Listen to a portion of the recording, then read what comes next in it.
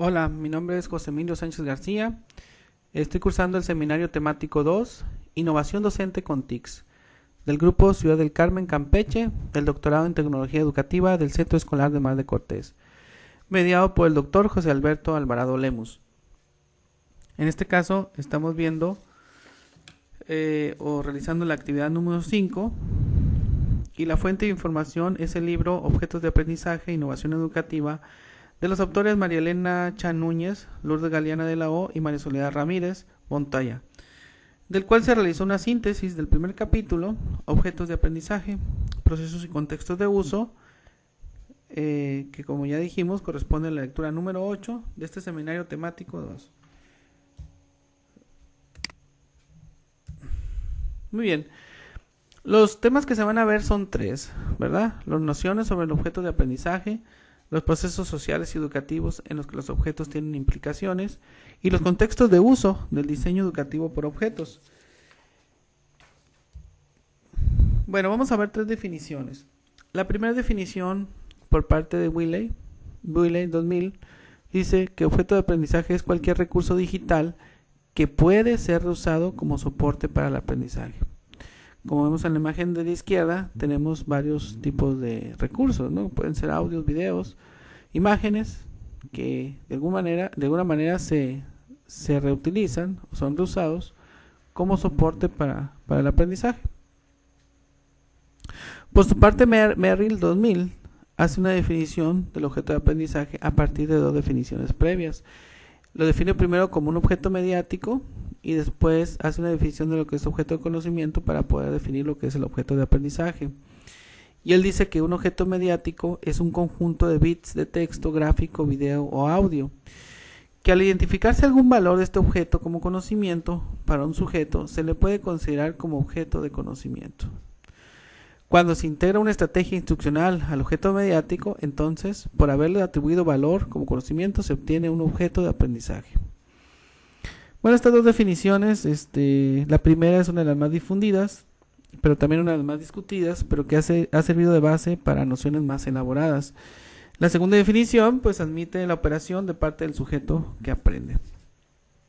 Una tercera definición es la que ha hecho la Corporación Universitaria para el Desarrollo de Internet 2 y define el objeto de aprendizaje como que es una entidad informativa digital desarrollada para la generación de conocimiento, habilidades y actitudes requeridas en el desempeño de una tarea, que tiene sentido en función de las necesidades del sujeto que lo usa y que representa y se corresponde con una realidad concreta susceptible de ser intervenida.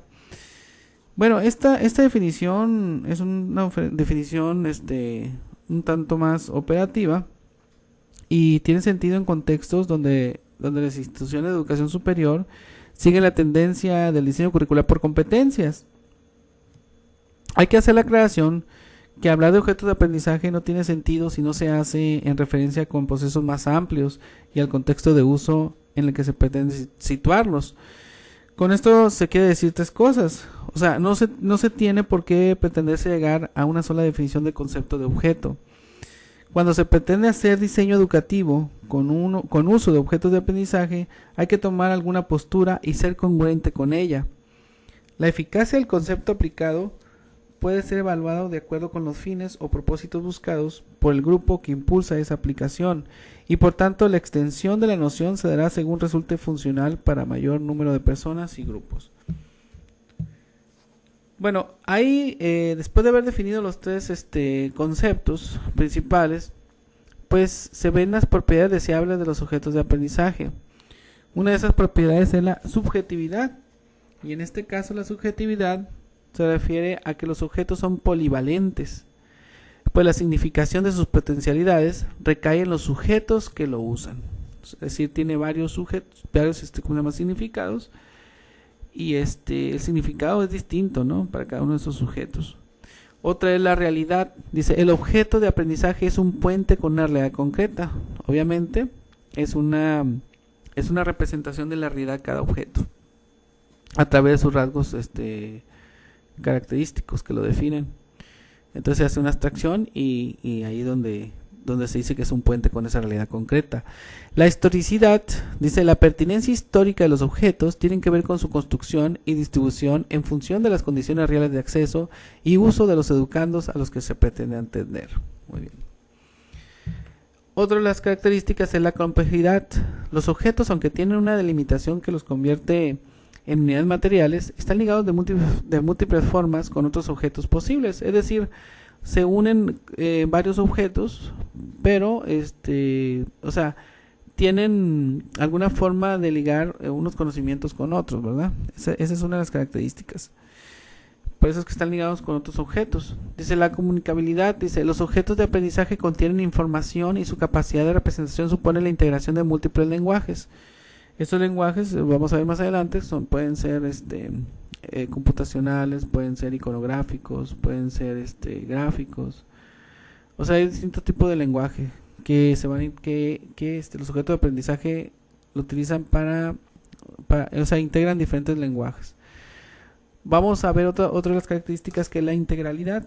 Dice que tener unidades que al ser accesadas individualmente tengan ya una estructura y que nos llevan a un objetivo de aprendizaje específico.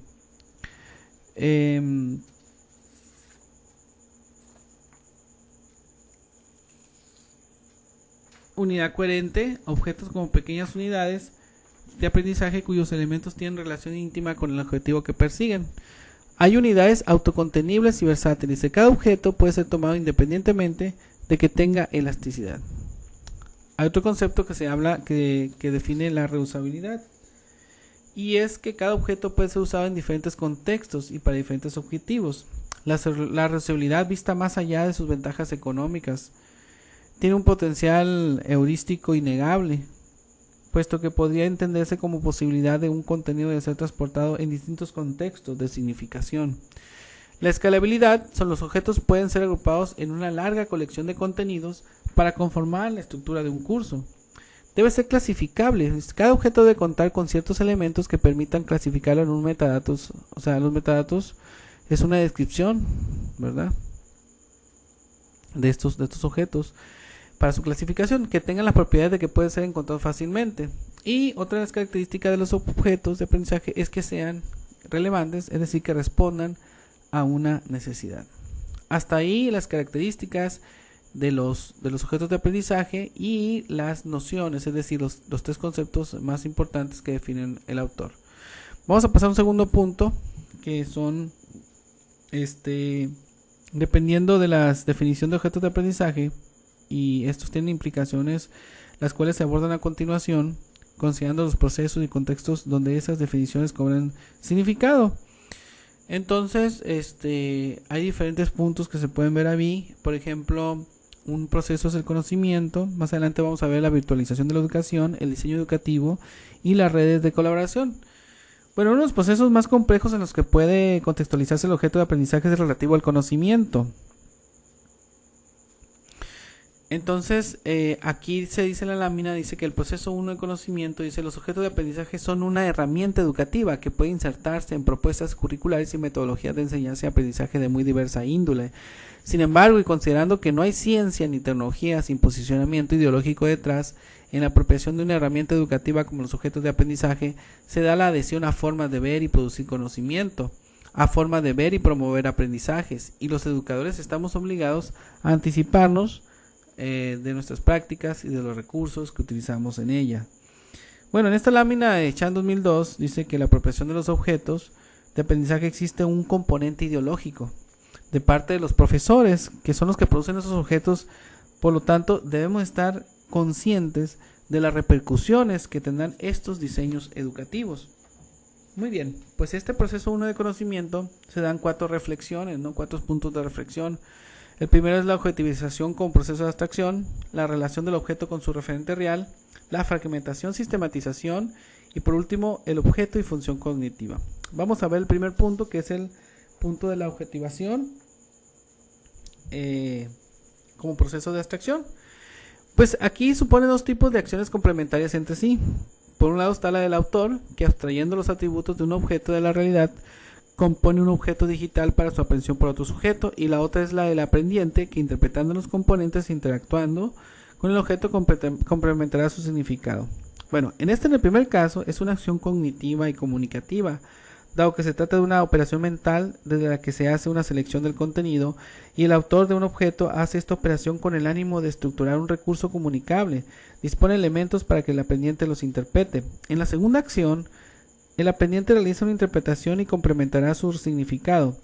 Le dará sentido en función de las necesidades o problemas que pretenda resolver con el contenido del objeto. Entonces, el objeto queda situado en medio de los procesos de representación e interpretación. Otro punto es la relación del objeto con su referente real. La noción de la realidad es construida por cada persona. Los objetos de conocimiento en su materialización digital son producto entonces de una construcción del autor, delimitación del contenido que pretende resaltar rasgos del objeto que extrae como esenciales y le sirven como guía de representación. Por ejemplo, podemos ver cómo está, tenemos un coche, que es un objeto real, y cómo está el mismo coche en la parte de arriba, pero representado de forma virtual, destacando algunas características que tiene ese coche, ¿no? El coche puede arrancar, puede parar, puede acelerar, puede frenar, puede tener una velocidad, etcétera. No son sus características que de alguna manera se abstraen con ese tipo de construcción de objetos virtuales. Ok, tenemos la parte de la fragmentación y la sistematización. Dice aquí que pareciera que las unidades pequeñas, la fragmentación del saber posibilita usos más flexibles de los objetos, de modo que a menor carga informativa, mayor posibilidad de contextualización por parte de los sujetos en situaciones diversas. Eso por supuesto es verdad, pero en todo caso nos plantea a los diseñadores educativos el reto de producir objetos unitarios, pero para usos en perspectivas sistémicas, con un deliberado sentido de ligar conocimiento. Es decir, sí, la fragmentación, sabemos, es bien conocido que el conocimiento tiene efectos negativos, pero aquí lo que hay que destacar, ¿verdad? Por eso se habla de sistematización. Una sistematización que tiene que ver o sea, esos fragmentos van a estar divididos, pero van a tener un sentido más sistémico, es decir, contemplando cómo se van ligando cada uno de estos fragmentos para ir ligando conocimiento. Aquí la clave es que se liguen esos fragmentos. Ok, vamos a ver la parte del objeto y función cognitiva. Dice, la significación de los objetos comporta dos aspectos. El primer lugar es lo que se puede hacer con él físicamente, materialmente o mentalmente. Y en segundo lugar, la significación de los objetos comporta un segundo aspecto de qué está hecho, esto es, cómo está compuesto, lo que subordina de nuevo los objetos a las acciones, pero acciones constructivas y no solo utilitarias. Es decir, los objetos siempre están relacionados con acciones, ¿verdad? Por eso se habla de una función cognitiva, ¿verdad? ¿Y por qué es función cognitiva? Bueno, cada quien le va a dar una significación. El objeto, por ejemplo, como se ve en la gráfica, puede tener un conjunto de significados y de acciones. O sea, se le puede conferir a estos objetos cualquiera de estas funcionalidades que se ven en la gráfica y que el interpretante del objeto colocará en su propio contexto de significación. Así es. Pueden ser componentes de un sistema, pueden ser aparatos o herramientas, experiencias, todo ese tipo de cosas que se le puede dar a los objetos de aprendizaje y que de alguna manera el interpretante le dará un significado distinto de acuerdo a su propio contexto, ¿no? Ok, vamos a pasar hasta ahí los puntos en lo que tiene que ver el proceso 1 de conocimiento y vamos a ver el proceso de virtualización. Se entiende como el proceso de digitalización de un contenido educativo. Su materialización es en una entidad informativa. El proceso de virtualización, al que podríamos llamar también mediatización, supone la integración de lenguajes disciplinario, pedagógico, visual, gráfico, iconográfico o computacional. Bueno, el reto de virtualizar un objeto está entonces en poder expresarlo.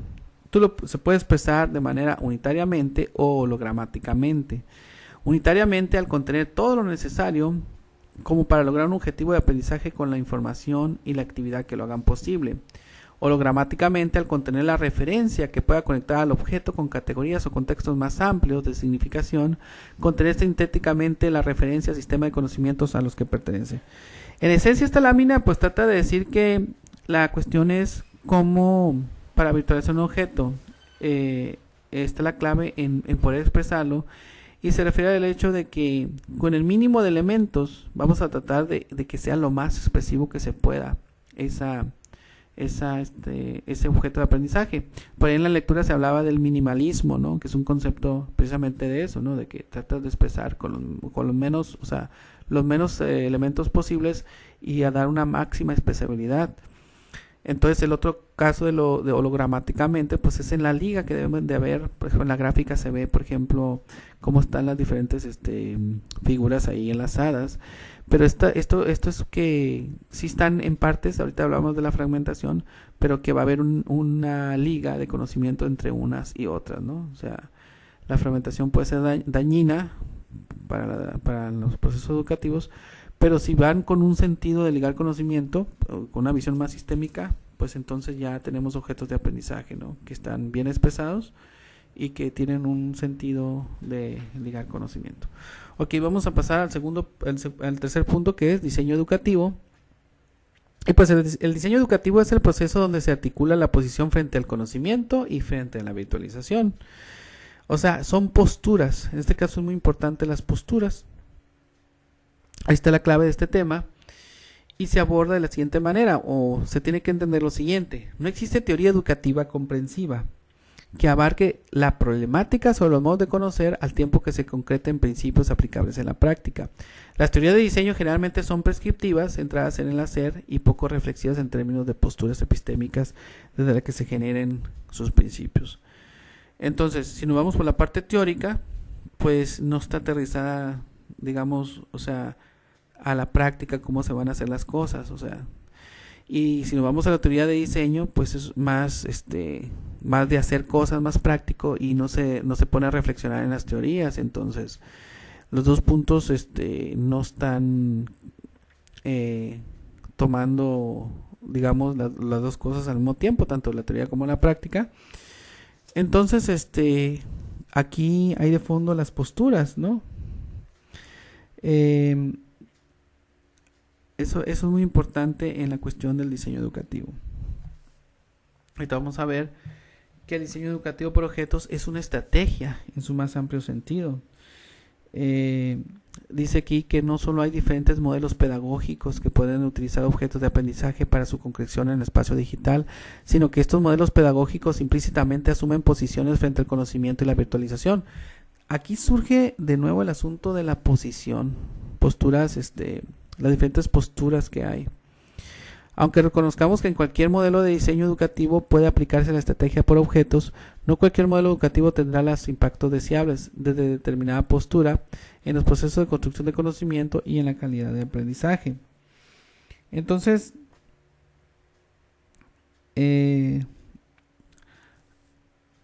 no es tanto que utilicemos nosotros a través de un diseño educativo o a través de una teoría pedagógica algunos objetos de aprendizaje y ya, ¿verdad?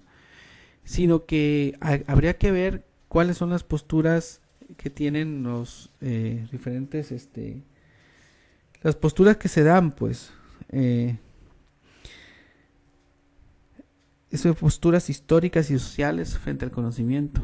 ¿Cuál es la postura histórica o la postura social que se tiene? Y en base a eso, escoger incluso el modelo pedagógico y después escoger precisamente el diseño educativo a través de objetos, ¿no? O sea, aquí resulta más importante las posturas históricas y sociales.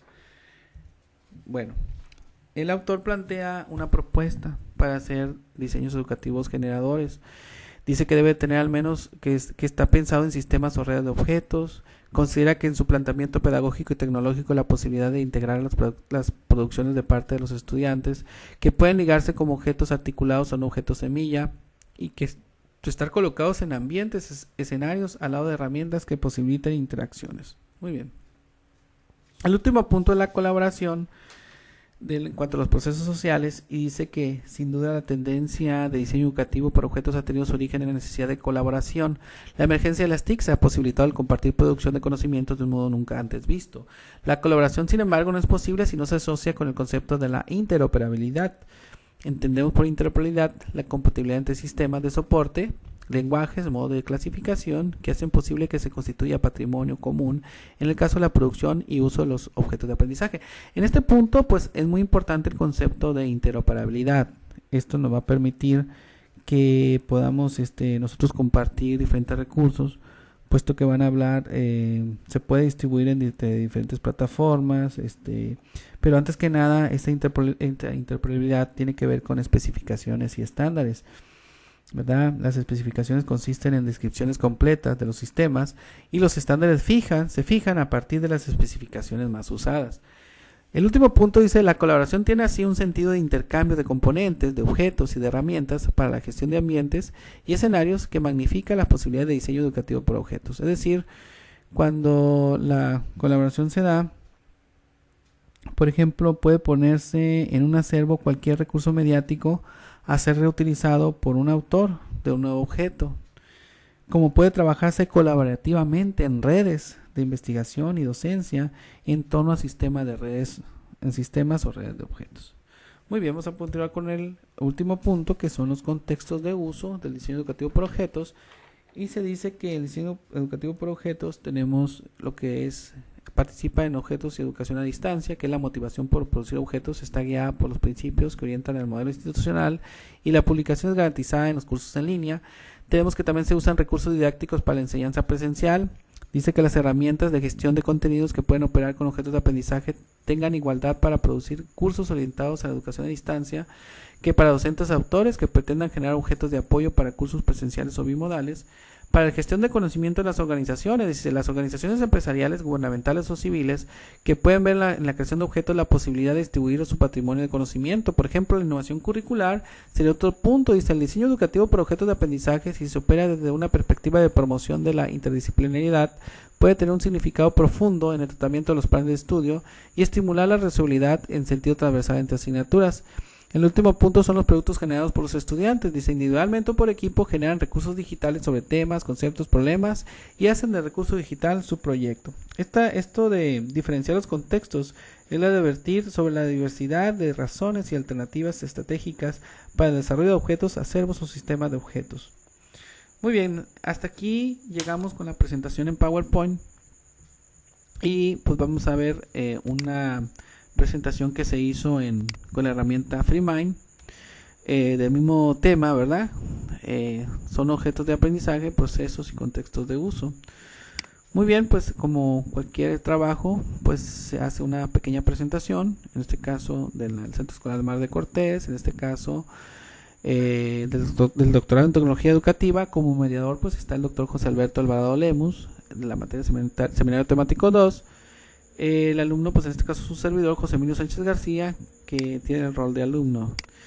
En este caso, en esta lectura, pues se pueden ver los 4 puntos principales, ¿verdad? Tenemos aquí por un lado las nociones sobre el objeto de aprendizaje, tenemos aquí propiedades deseables de los objetos, los procesos en los cuales intervienen y los contextos de uso. Bueno, vamos a ver de alguna manera las nociones, y ya dijimos, pues veíamos 3 conceptos, ¿verdad? En la definición de Wiley, como un recurso digital que puede ser usado como soporte para el aprendizaje. La definición de Merrill, cuando se integra una estrategia instruccional al objeto mediático por haberle atribuido valor como conocimiento.